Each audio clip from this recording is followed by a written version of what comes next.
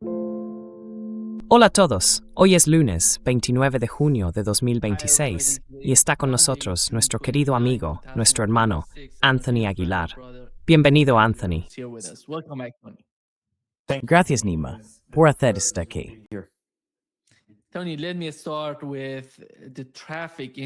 Tony, déjame empezar por el tráfico en el estrecho de Hormuz. Aquí tienes el gráfico.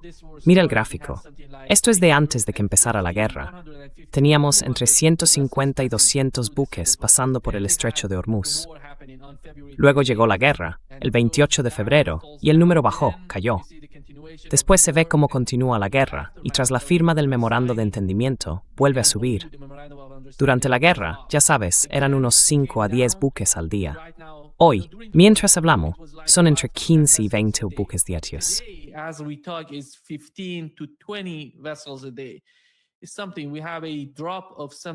Es algo, tenemos una caída de alrededor del 10%. Ya sabes, tenemos solo un 10% de lo que teníamos antes de que empezara la guerra. Y Donald Trump intenta decir que todo ha vuelto a la normalidad. Esto forma parte del juego, en este comercio, de lo que está pasando, más o menos. Y lo que hemos sabido hoy es que mañana se van a reunir, Estados Unidos e Irán, se van a reunir. No será una conversación directa entre las dos partes, será indirecta. Y tenemos a la parte iraní confirmando que habrá un equipo técnico iraní que viajará a Qatar. Básicamente están hablando de los activos congelados.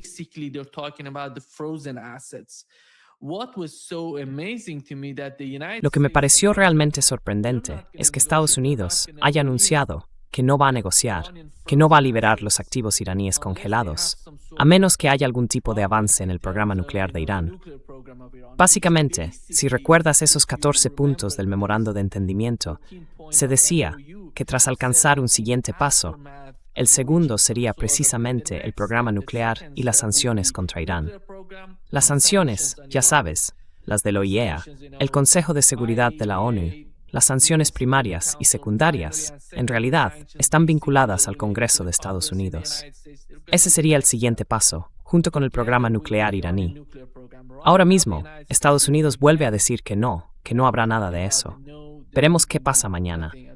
Pero en cuanto al estrecho de Hormuz y la situación allí, ¿crees que vamos a volver a ver una y otra vez este tipo de ataques entre Estados Unidos e Irán como respuesta mutua?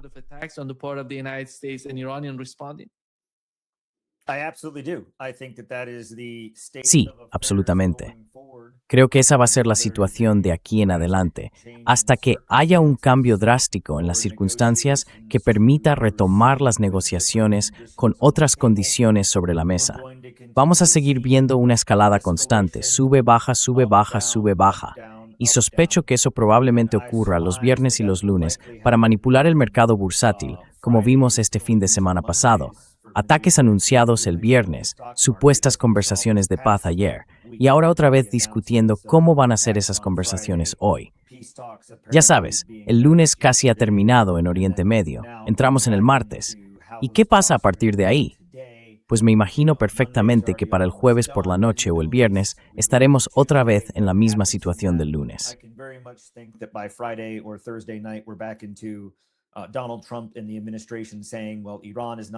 Donald Trump y su administración dicen, bueno, Irán no quiere negociar ni hablar. Estamos cansados, vamos a actuar, vamos a volver a atacar objetivos. Este ciclo que Estados Unidos ha creado y que el mundo, siendo sinceros, ha permitido, va a seguir con esa dinámica de escalada, desescalada, escalada, desescalada. Pero lo importante aquí es entender que en cada nueva escalada, las medidas son mayores, sobre todo en lo que respecta a los efectos de segundo y tercer orden, o sea, las consecuencias que genera. En esta última ronda de escalada, las repercusiones que estamos viendo no se limitan solo al Golfo, ni al Golfo Pérsico, ni a los países del Golfo, sino que afectan a toda la región.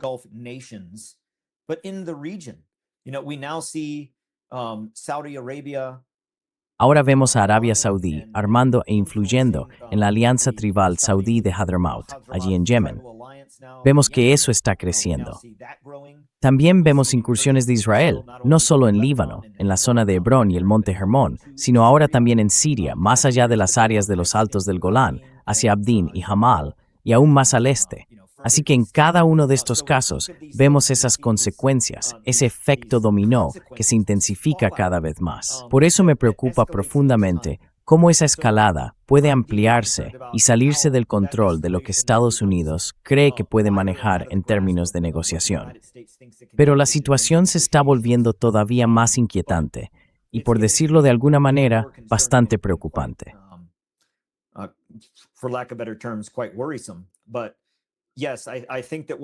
Sí, creo que lo que vamos a ver durante este periodo de negociaciones, o de este conflicto frío con Irán que a veces se calienta, será una secuencia constante de conversaciones escaladas una y otra vez. En el lado de Estados Unidos, el país no está siendo realmente muy sincero ni transparente en estas conversaciones. Porque como mencionabas al principio, el memorando de entendimiento establece claramente ciertas condiciones previas para otras condiciones. Y de nuevo, el memorando es simplemente un marco para avanzar. Así que, dentro de ese marco de esto es lo que acordamos para poder seguir adelante, se incluye el cese inmediato y permanente de la guerra en todos los frentes, incluido el de Líbano. Y eso está ahí, muy claro, ¿verdad? Pero no ha ocurrido. Luego vendría el levantamiento de los activos congelados.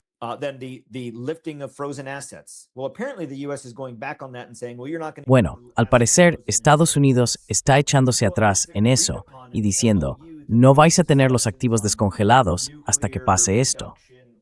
Pero en el memorando de entendimiento se acordó que esas conversaciones sobre reducción nuclear o sobre las inspecciones del OIEA o cualquier tipo de supervisión nuclear no llegarían hasta después, más adelante. Y J.D. Vance incluso lo reafirmó en sus declaraciones tras su primera reunión en Suiza, cuando dijo, hoy hemos logrado un gran avance, ¿verdad? Lo dijo así, hoy hemos logrado un gran avance. Y bueno, un periodista le preguntó directamente por las inspecciones y todo eso, y J.D. Vance respondió que Irán lo había desmentido, que no habían hablado de eso. Y luego añadió que las conversaciones sobre las inspecciones, el programa nuclear y la reducción o dilución del enriquecimiento llegarán más adelante.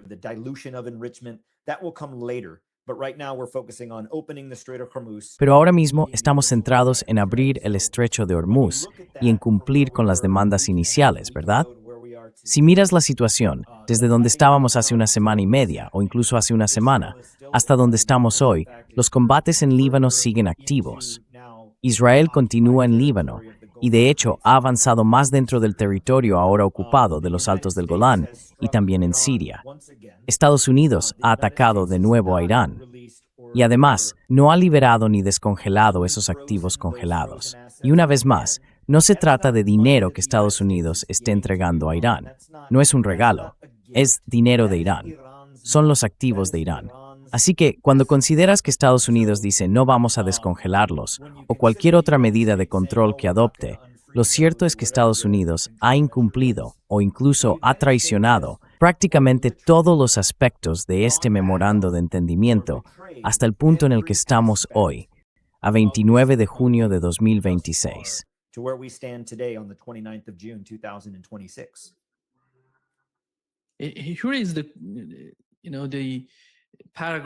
Aquí está el párrafo número 5 del memorando de entendimiento. Dice que tras la firma de este memorando, Irán hará los arreglos necesarios, poniendo su máximo empeño para garantizar el paso seguro de los buques comerciales, sin ningún tipo de cargo, durante 60 días, desde el Golfo Pérsico hasta el Mar de Omán y viceversa. Básicamente, se trata de que Irán gestione este comercio y la región. En este párrafo no se menciona nada sobre Estados Unidos. Aún así, vemos a Estados Unidos interviniendo y atacando a Irán por lo que está ocurriendo, y han estado intentando manipular la situación allí. No fue solo Estados Unidos. El Reino Unido estaba proporcionando a Irán las rutas que debían seguir los petroleros para cruzar el estrecho de Hormuz. Ese es el problema. Y una vez más, esto constituye una violación del artículo o del párrafo 5 del memorando de entendimiento.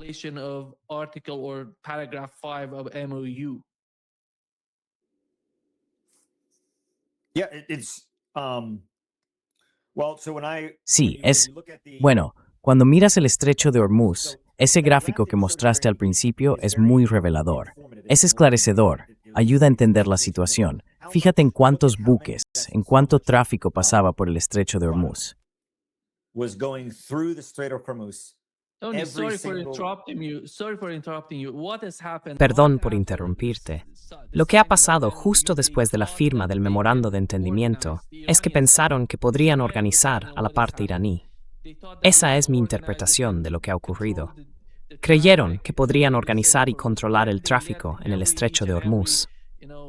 Luego dejaron pasar a todos los buques, uno tras otro. Y entonces se ve como el número sube, por encima de 50 buques pasando. Después se dan cuenta de que están intentando manipular el transporte, usar rutas distintas, no las designadas. Por eso, vemos que vuelven a controlar y que el paso de los buques vuelve a bajar. Esa es mi comprensión de lo que ha pasado. Adelante, perdón por interrumpirte.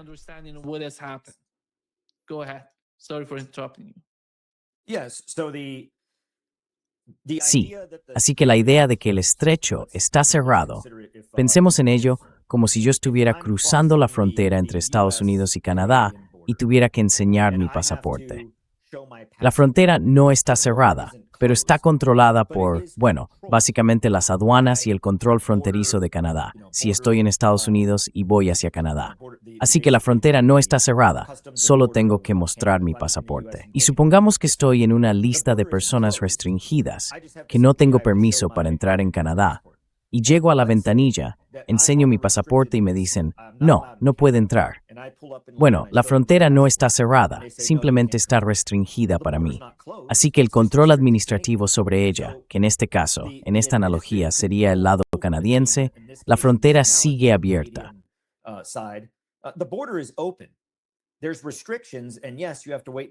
Hay restricciones, y sí, tienes que hacer cola para pasar. Ahora bien, digamos que en condiciones normales, ese paso de Estados Unidos a Canadá, imagina que tienes una de esas tarjetas de viajero autorizado con la que puedes pasar directamente, escanearla y cruzar sin problema, porque vives en el lado canadiense y trabajas en el estadounidense, por así decirlo. Entonces, cuando hablamos de eso, supongamos que hay una amenaza mayor y la frontera canadiense suspende ese proceso, de modo que tienes que volver a hacer cola. Bueno, no está cerrada. Hay restricciones.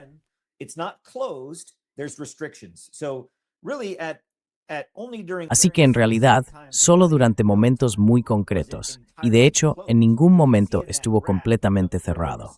Porque si te fijas en ese gráfico, incluso cuando solo pasaban pequeñas cantidades de barcos, nunca llegó a cerrarse del todo.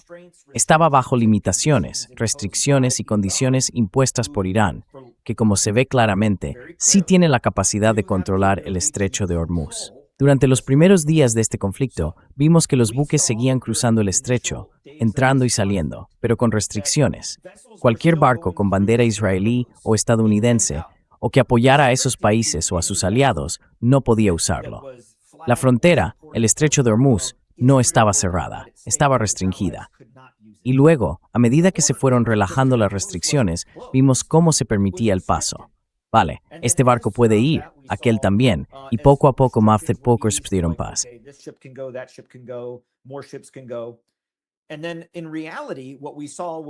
Y luego, en realidad, lo que vimos cuando empezaron a salir más barcos fue que la restricción venía de Estados Unidos.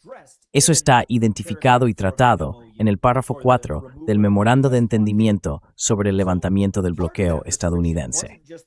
Así que parte de esa limitación no era solo la que tenía Irán en cuanto al paso por el estrecho de Hormuz. También estaba limitada por lo que Estados Unidos permitía que pasara por aquí, ya fuera entrando o saliendo. El bloqueo a distancia, justo aquí en el Golfo de Omán, era de Estados Unidos. Y hubo muchos incidentes en los que Estados Unidos incluso inutilizó barcos con aviones de ataque A-10 Warthog o con helicópteros Apache armados con misiles Hellfire, barcos que intentaban atravesar ese bloqueo a distancia. Así que tenemos que analizarlo en términos de cerrado, controlado o restringido. En realidad, nunca llegó a estar completamente cerrado.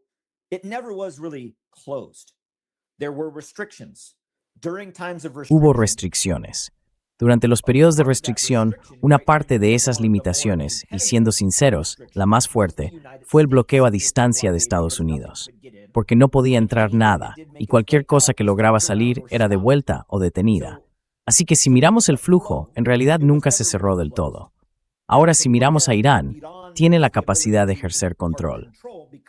Y esto nos lleva a algo que todos deben entender, sobre todo los estadounidenses que están viendo esto en el contexto de la implicación militar o de la política de Estados Unidos tal como la estamos viendo. El estrecho de Hormuz, incluso antes de este conflicto, siempre tuvo medidas de control para el tráfico marítimo en esa zona.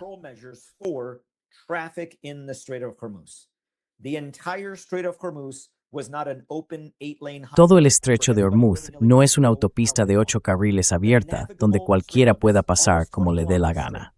La parte navegable del estrecho tiene casi 20 kilómetros de largo. Hay un canal navegable de 12 millas náuticas. Eso significa que está dragado, mantenido y preparado para el paso de los barcos.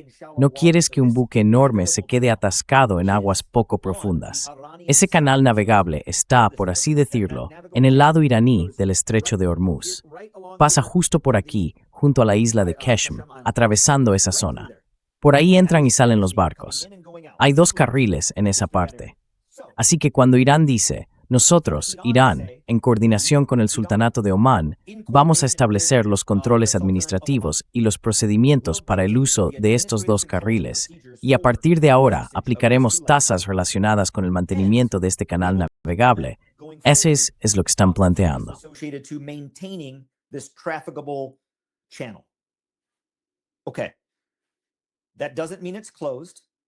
Vale. Eso no significa que esté cerrado. Ahora bien, cuando ese barco de Singapur intentó pasar, lo hizo no por el canal navegable autorizado, el que estaba predeterminado y acordado mucho antes de que empezara esta guerra, el que siempre se ha usado, sino por aquí, por el lado de Omán, atravesando las islas, la cadena de islas del Istmo, bordeando la costa y bajando por esta zona. Eso no está permitido, ni lo ha estado nunca, jamás. Así que, cuando se considera el uso de esa ruta, ¿y quién lo apoyó? La Marina de los Estados Unidos proporcionó aviones para cubrir a esos barcos. Si uno piensa en quién está intentando romper el memorando de entendimiento, es Estados Unidos.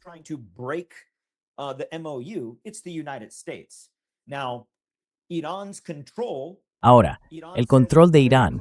Irán dice muy claramente que hará todo lo posible para garantizar un paso seguro. Vimos barcos empezar a cruzar el estrecho de Hormuz en ese periodo en el que dijimos, vale, ¿está abierto? Sí, los vimos, sin duda los vimos. Luego Donald Trump sale, creo que fue el jueves pasado, jueves, viernes, y dice, el estrecho de Hormuz está abierto a los negocios, todo va genial. Pero incluso según el gráfico que mostraste, si la media estaba cerca de 150, y aún con la proclamación de Donald Trump de estamos abiertos a los negocios, sigue estando solo alrededor de 50. Obviamente, eso no es así. Pero si miras específicamente los párrafos 4 y 5, ¿ha retirado Estados Unidos sus fuerzas navales del Golfo de Omán?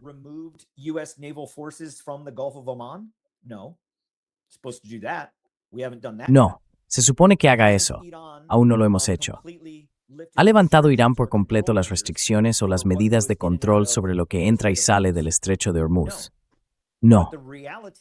Pero la realidad es que, de ahora en adelante y para siempre, ese paso de 12 millas náuticas, con 2 carriles de entrada y salida por el estrecho de Hormuz, se mantendrá siempre bajo control administrativo. Igual que la persona que te revisa el pasaporte en la frontera con Canadá, eso es lo que pasa ahora por el estrecho de Hormuz. Esa es la nueva condición, esa es la nueva realidad. Y Estados Unidos está intentando echarse atrás en eso.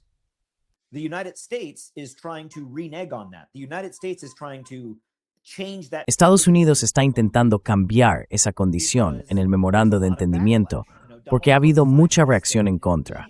Donald Trump firmó ese acuerdo y de inmediato hubo rechazo entre su base, rechazo por parte de los partidarios sionistas, rechazo desde Israel. Se dieron cuenta de que, vale, había que cambiar algo. Así que Estados Unidos está intentando renegociar o básicamente ha traicionado ese acuerdo. Pero echarle la culpa a Irán y decir que Irán ha cerrado el estrecho y todo eso no solo es un argumento poco honesto por parte de quienes lo dicen, sino que además es falso. El estrecho de Hormuz no está cerrado, está controlado. Y eso no es lo mismo.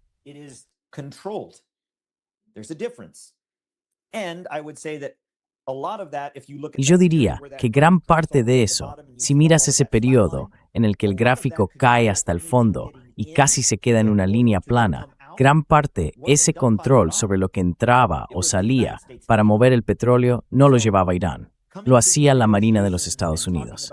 Así que cuando entramos en estas negociaciones y hablamos de control, de cierres, de quién hace qué, tiene que haber un nivel real de sinceridad, de honestidad y de transparencia si de verdad queremos llegar a un acuerdo.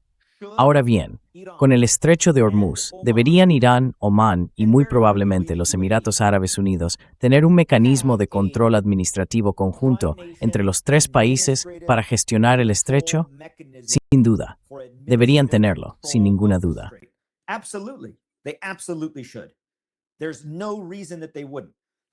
No hay ninguna razón para que no lo hicieran. El estrecho de Gibraltar tiene una medida de control administrativo. El estrecho de Malaca, el canal de Suez, el canal de Panamá, el Bab el-Mandeb, todos tienen medidas administrativas, ya sean trilaterales, multilaterales o de un solo país, como en el caso del canal de Panamá. Así que, ¿por qué no debería existir algo así? Pero decir que Irán, al imponer una medida de control administrativo para mantener el tráfico comercial de forma eficiente, está cerrando el paso, eso simplemente no es cierto. Y Estados Unidos está utilizando esa narrativa como pretexto para atacar ahora a Irán, para decir que Irán ha traicionado o ha incumplido el acuerdo, cuando eso no es verdad. Es incorrecto, desde el punto de vista factual, afirmar algo así.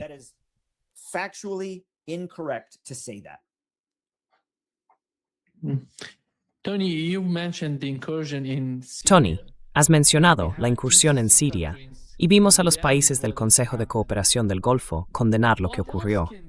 ¿Qué más pueden hacer? Supongamos que están actuando de alguna manera en Siria. En la práctica, ¿qué tipo de influencia real podrían tener los países del Golfo? ¿Tienen algún tipo de poder de presión sobre Israel?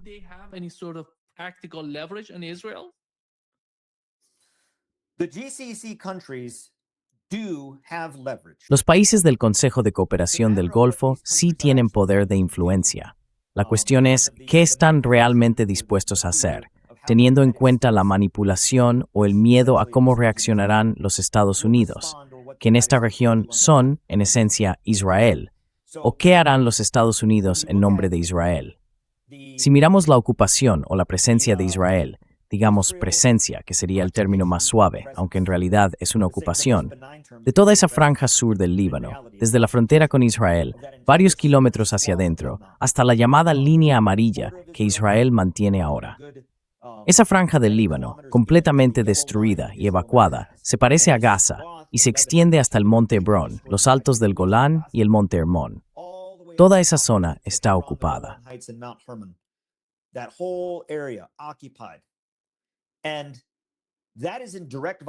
Y eso va en violación directa de la resolución del Consejo de Seguridad de la ONU de 2006, que exigía a las fuerzas israelíes abandonar el Líbano.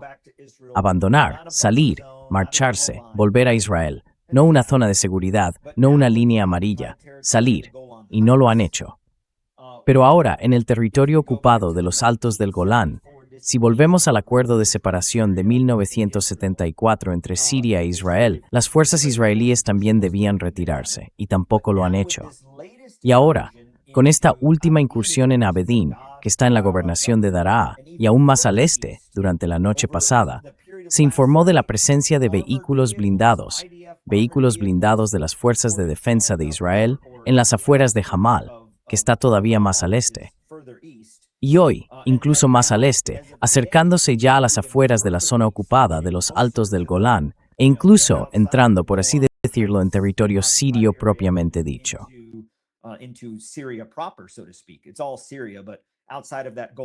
Todo eso es Siria, pero fuera de la zona de los Altos del Golán, incluso dentro de Siria. Está también muy cerca de Damasco. Así que si eres un país del Golfo y estás mirando esto en el mapa, viendo lo que está haciendo Israel y cómo Estados Unidos lo está apoyando, bueno, es hora de despertar y darte cuenta de que, si crees que Estados Unidos es un buen socio en esto, en términos de soberanía, si hablamos de tu soberanía como nación del Golfo o como país de Asia Occidental o del suroeste, sería ingenuo pensar eso. Estados Unidos ha traicionado a sus aliados. Estados Unidos ha traicionado las negociaciones en favor de Israel. Estados Unidos ha traicionado las resoluciones que él mismo apoyó en el Consejo de Seguridad de la ONU, del que es miembro permanente, uno de esos 5, y ha violado y traicionado sus propias resoluciones del Consejo de Seguridad de la ONU por Israel.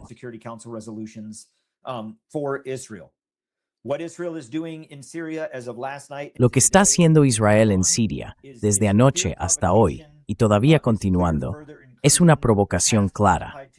Es una nueva incursión más allá del territorio ocupado, del que ya se les dijo que se retiraran en 1974, y también en Líbano, de donde se les ordenó salir en 2006. Y ahora, con este memorando de entendimiento, en el primer párrafo ya lo han traicionado.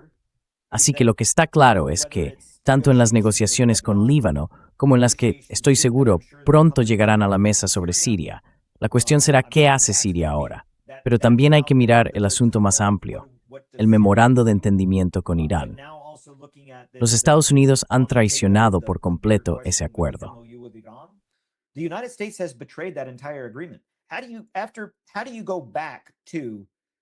¿Cómo se puede volver al memorando de entendimiento después de esto? Ahora mismo, las conversaciones en Qatar, las conversaciones técnicas, no bilaterales, realmente técnicas, a través de un intermediario que es Qatar, son solo para tratar los aspectos técnicos del estrecho. ¿Estoy de vuelta? Son solo para abordar los aspectos técnicos del estrecho de Hormuz y para tratar las cuestiones técnicas sobre cómo podrían o deberían liberarse esos activos congelados. ¿Cuál es el proceso para eso, verdad? Estas conversaciones en Qatar no son la continuación de las conversaciones de paz ni de la negociación de paz. Eso es el memorando de entendimiento. Y ahora mismo, ese memorando no es que esté en un segundo plano, es que ni siquiera está en el fuego.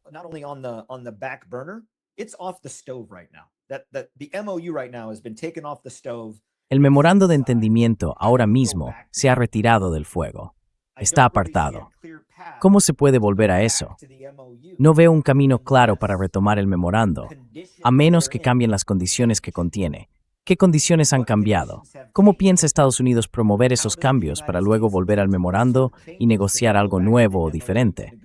O bien, Israel se retira del Líbano, o hay algún cambio en la capacidad de presión de Estados Unidos sobre el estrecho de Hormuz. Pero, salvo esos dos cambios, no hay realmente nada a lo que volver en el memorando que no haya sido ya traicionado o violado. Así que no veo un camino claro de regreso para Estados Unidos, a menos que intenten presionar a Irán de otra manera, y me temo que eso podría ser mediante una acción militar.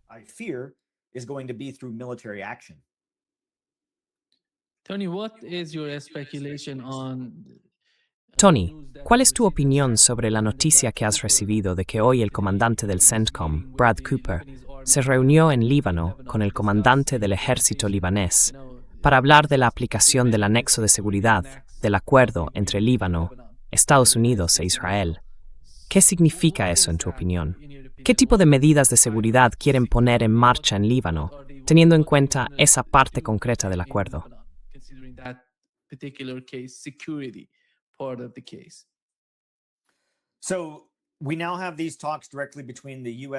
Ahora tenemos conversaciones directas entre el comandante del Mando Central de Estados Unidos, el almirante de 4 estrellas Brad Cooper, y la representación de las Fuerzas Armadas libanesas.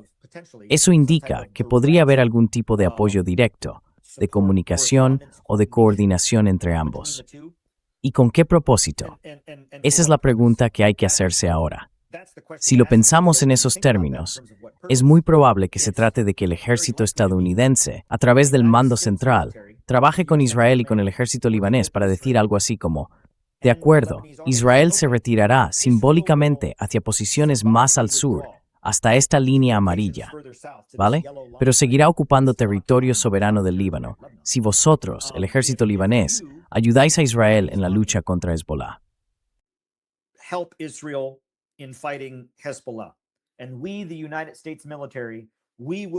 Y nosotros, el ejército de Estados Unidos, os daremos los recursos, la munición, el apoyo que haga falta para hacerlo. Ahora bien, independientemente del apoyo que Estados Unidos pueda ofrecer al ejército libanés, ya sea como apoyo secundario o en la práctica como respaldo al ejército israelí, a Israel, contra la resistencia, contra Hezbollah. Nada de eso puede lograrse a menos que las fuerzas israelíes consigan una victoria sobre el terreno o que el ejército libanés la consiga en el sur. Y ninguno de los dos puede hacerlo. Hezbollah está mucho mejor equipado, tiene más personal, mejor liderazgo y una organización muy superior a las Fuerzas Armadas libanesas. Pensar que Estados Unidos va a poder resolver el problema simplemente inyectando munición, misiles, dinero o aviones en el ejército libanés, con la idea de presionar o influir sobre Hezbollah, es un error que fracasará.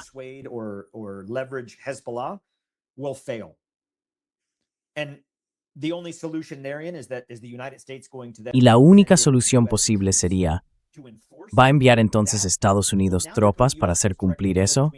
Bueno, en ese caso estarías poniendo a soldados estadounidenses directamente en medio de Israel, que tiene más casos de fuego amigo que cualquier otro ejército del mundo. Eso no es seguro, no es una buena idea. En medio de los combates entre Hezbollah y las Fuerzas Armadas libanesas, unas Fuerzas Armadas libanesas desorganizadas, mal dirigidas y mal equipadas. Si Estados Unidos sigue por ese camino, estaría asumiendo otra carga más, otra guerra por Israel, además de intentar salir del atolladero de la guerra que ya hemos empezado por Israel con Irán. Y si has visto las noticias de los últimos 2 días, desde ayer Estados Unidos ha comenzado oficialmente la construcción de una enorme base militar en Gaza, una base para 5,000 soldados en Gaza.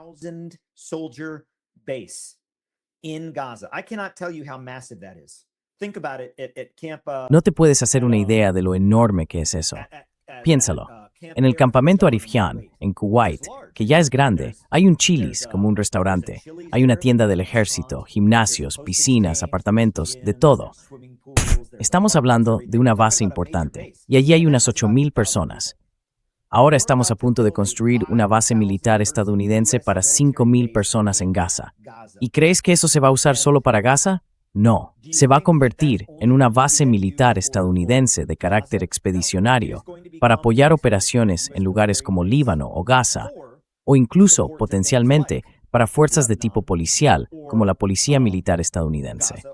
Algo parecido a lo que hicimos en la operación Escudo del Desierto, no Tormenta del Desierto, sino Escudo del Desierto en Cisjordania. Es una situación peligrosa, que está creciendo rápidamente, más allá de cualquier medida de control. Now sitils, sigue llevar Ebrambrail.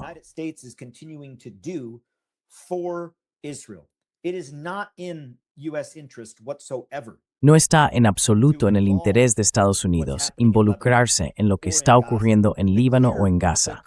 La situación es clara. Israel debería salir de Líbano. Israel debería salir de Gaza. Israel debería retirarse de los territorios ocupados de los Altos del Golán, de acuerdo con el Acuerdo de Separación de 1974. La única implicación que debería tener Estados Unidos en todo esto, especialmente si Israel es nuestro aliado, como decimos ambos, es asegurarse de que Israel cumpla esas condiciones. Porque quedarse solo va a resultar mucho más costoso y mucho más mortal para Israel sobre el terreno que si se retira. Así que, a mi parecer, una vez más, Estados Unidos, en lugar de apostar por la diplomacia y la normalización de relaciones, vuelve a ponerse del lado de Israel para mantener este proyecto colonial en Oriente Medio. Y eso no está en el interés de Estados Unidos.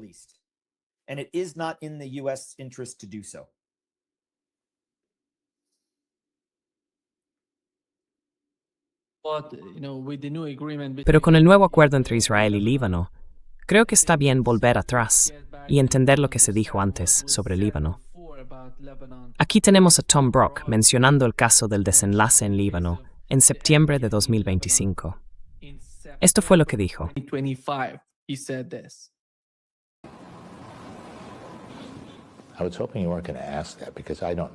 Esperaba que no me fueras a preguntar eso, porque no lo sé. No creo que nadie lo sepa. El final del juego, cuando hablamos de paz, es una ilusión. Nunca ha habido paz. Probablemente nunca la habrá, porque todo el mundo lucha por la legitimidad. La gente dice, bueno, están peleando por las fronteras, por los límites, pero no es eso por lo que pelean. Una frontera o un límite es la moneda de una negociación. El resultado final es que alguien quiere dominar, y eso significa que alguien tiene que someterse. En esa parte del mundo, someterse, no existe una palabra árabe para someterse. No pueden entender del todo lo que significa someterse.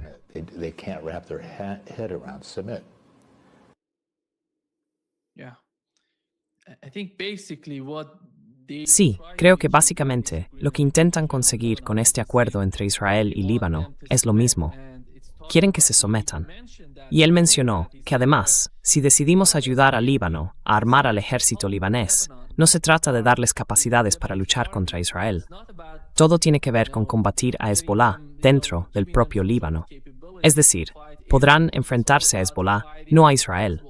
Eso significa que no habrá armamento pesado, ni sistemas de defensa aérea, ni tanques, ni nada por el estilo.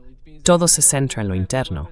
Y en el fondo están haciendo exactamente lo mismo ahora con el nuevo acuerdo entre ambas partes. They're basically doing the same right now with the new agreement between the two sides, because you look at the points of this agreement, look at the Porque si miras los puntos de este acuerdo, si miras las cláusulas, todo se reduce a que, básicamente, tienen que aceptar la ocupación israelí en la parte sur del Líbano. Porque Israel, el gobierno, no va a desarmar a Hezbollah. No van a poder desarmar a Hezbollah. No sé muy bien qué está haciendo allí el comandante del CENTCOM, Brad Cooper. ¿Están hablando de armar al ejército libanés para que sea más capaz de enfrentarse a Hezbollah? No sé si algo así está ocurriendo en el Líbano. Pero en esencia, la agenda principal parece ser provocar algún tipo de guerra civil, una guerra dentro de la propia sociedad, con dos partes enfrentadas entre sí, mientras Israel está ahí, en el sur del Líbano, sintiéndose muy cómodo, sin sufrir ningún tipo de ataque.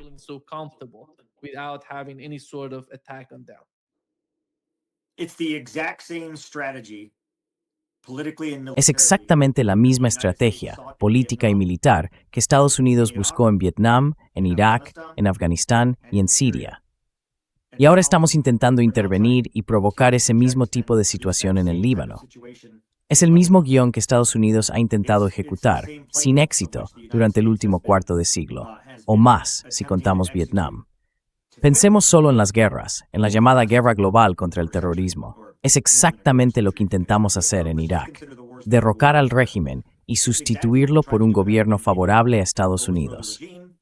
Luego, cuando la mayoría de los iraquíes dijeron que no querían eso, intentamos enfrentar al pueblo con el gobierno, un gobierno dirigido por Estados Unidos, y al pueblo, representado por grupos de resistencia, los clasificamos como terroristas. Y seguimos en Irak, todavía lidiando con el mismo conflicto político.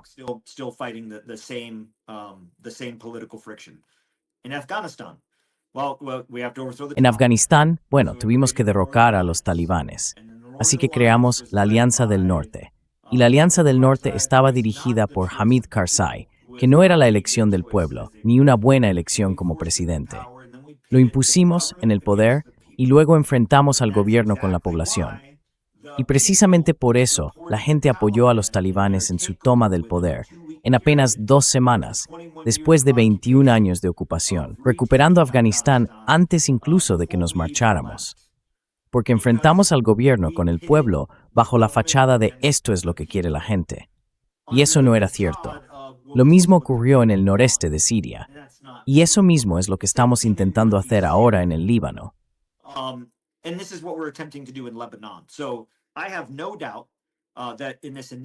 Así que no tengo ninguna duda de que en esta primera visita entre Brad Cooper y el liderazgo del gobierno y del ejército libanés en Beirut, probablemente se estén reuniendo allí mismo, en Beirut, para hablar de lo que el ejército libanés necesita de Estados Unidos a través del mando central para pasar a la ofensiva contra Hezbollah. La situación que Estados Unidos intenta crear en nombre de Israel, una vez más, actuando según los intereses de Israel, consiste en cómo armar, equipar o capacitar al gobierno libanés a través de las Fuerzas Armadas del Líbano para lanzar una ofensiva contra Hezbollah, para derrotar a Hezbollah, mientras Israel mantiene al mismo tiempo su zona de ocupación, funcionando como el yunque frente al martillo libanés, con Hezbollah en medio.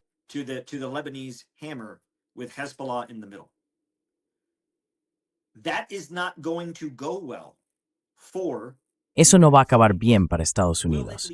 ¿Llevará eso a una guerra civil? Sí. Habrá facciones dentro, no solo Hezbollah, con distintos objetivos, hasta el punto de tener una guerra en varios frentes. No se trata solo de un frente entre el gobierno del Líbano, Hezbollah e Israel. Habrá varios frentes, muchos frentes, en los que Estados Unidos se verá directamente implicado, ya sea como intermediario o de forma directa. Y eso no es una buena estrategia para Estados Unidos. No en Ekaman Price, absoluto.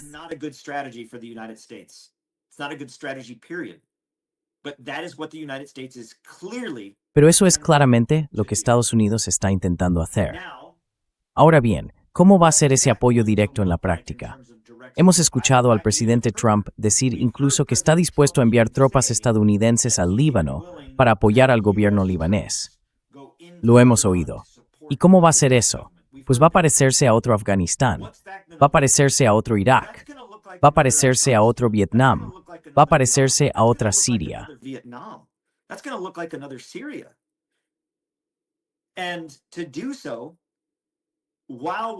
Y hacerlo mientras además nos situamos, del lado equivocado, justo en el punto del acuerdo, que es más esencial para el éxito de este memorando de entendimiento con Irán, va a llevar inevitablemente a Estados Unidos a un conflicto más directo, no solo con Irán, sino también con otros países de la región, como parte beligerante, como agresor. Así que Estados Unidos debería detenerse un momento y entender claramente por qué haría algo así. No está en el mejor interés de Estados Unidos. Eso está claro. Entonces, ¿en interés de quién está?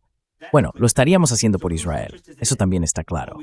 O, si no, la otra opción para la paz, o al menos para empezar a negociar algún tipo de paz, sería que Israel se marchara del Líbano.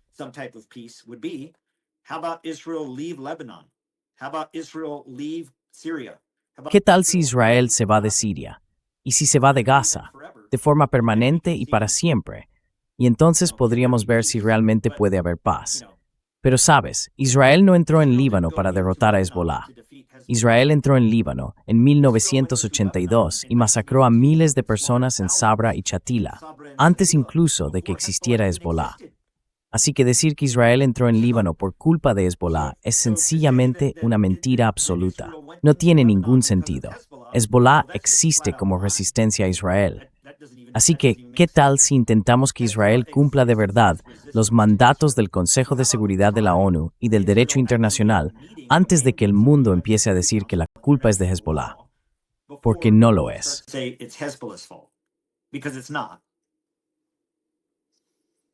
Sí, sí.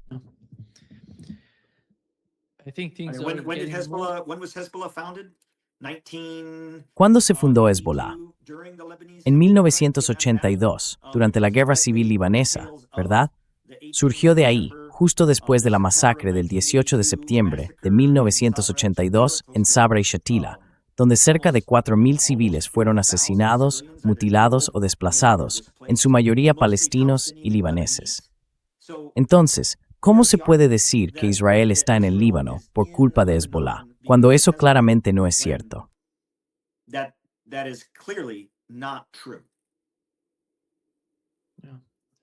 Sí, exactamente. Sí, gracias Tony por estar con nosotros hoy. Hablamos pronto. A ver qué pasa mañana con la reunión. Nos vemos. Tengo mucho interés en ver qué sale de estas conversaciones técnicas en Qatar. Y creo que es importante que todos los espectadores, y en general todo el mundo, recuerden que en las noticias vamos a oír cosas como se reanudan las conversaciones de paz, se reanudan las conversaciones de paz. Pero las reuniones en Qatar no son las conversaciones sobre el marco del memorando de entendimiento, ni forman parte del plan para un acuerdo negociado en el conflicto entre Irán y Estados Unidos. Estas conversaciones que se están celebrando ahora en Qatar son simplemente discusiones técnicas, no son bilaterales, sino que se realizan a través de un intermediario, que en este caso es Qatar, y probablemente también esté implicado Pakistán, o al menos eso supongo. El objetivo es hablar de cuestiones técnicas relacionadas con el estrecho de Hormuz. Así que, para cualquiera que piense, mira, estamos retomando el acuerdo de paz, no es así. No lo estamos haciendo. Esto es simplemente una conversación técnica sobre algo que sinceramente debería haberse resuelto antes de entrar en el memorando de entendimiento.